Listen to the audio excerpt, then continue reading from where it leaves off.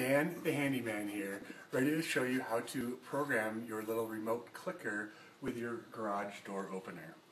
First off, if you have this type, it's made by, it says on the back, clickerproducts.com. That website sucks. It does not give you any instructions. You're going to have to search through tons and tons and tons of pages to try and find the manual.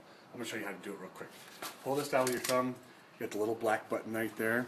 Okay, you're going to hit that black button until the light comes on. Once that light comes on, then you're ready to go. Then you go up to your smart button here, okay, and you hold the smart button until the red light comes on, okay? Red light comes on, it's blinking.